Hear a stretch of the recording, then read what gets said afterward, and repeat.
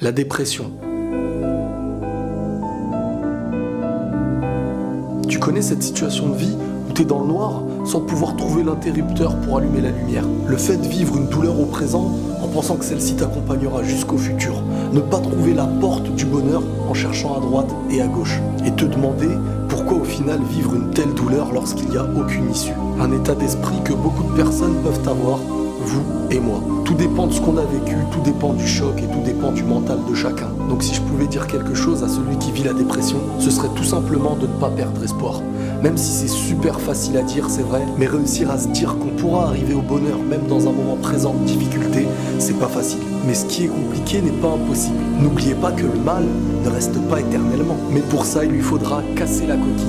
Car sans épreuve, pas de résultat. Et c'est partout pareil, dans les joies comme dans les peines. Pour obtenir un examen, il faut en passer le concours. Pour surmonter les problèmes, il faut savoir les résoudre. Et enfin, le petit poussin sortira de sa coquille pour faire naître de belles nouvelles plumes. Avoir cette ambition d'être heureux, même si on n'y croit pas dans la tristesse. Car à force de vouloir, parfois on commence à y croire. Et pour se rappeler ces choses, faut parfois prendre pour exemple certains pays pauvres qui ont peu, mais qui sont heureux. Alors que nous, parfois dans nos pays riches, on est malheureux à se plaindre de nos bienfaits. Vous savez, il y a plus de dépressifs chez les riches que chez les pauvres. Car à force de matériel, on en oublie la valeur du naturel. Et à toutes les personnes qui ont perdu espoir, peut-être qu'aujourd'hui vous vivez quelque chose de dramatique, de triste, mais ne pensez pas à demain. Ne pensez pas que demain vous serez toujours dans la même tristesse.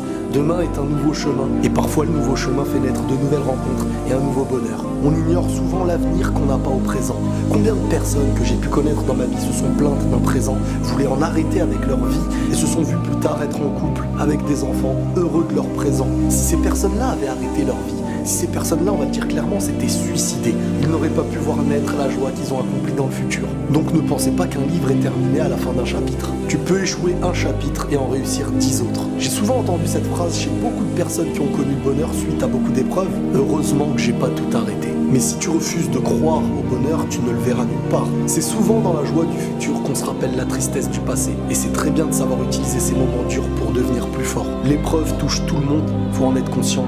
Il y a ceux qu'elle affaiblit, mais il y a ceux qu'elle rend plus forts. La tristesse doit exister, mais elle doit servir à rendre meilleur. Et n'oubliez pas le monde dans lequel vous vivez. N'oubliez pas qu'il y a des gens pires que vous, qui arrivent à faire naître des sourires sincères. Donc parfois, il suffit petit à petit de réapprendre à être heureux. Essayez de faire de votre vie la meilleure expérience pour en arriver au bonheur.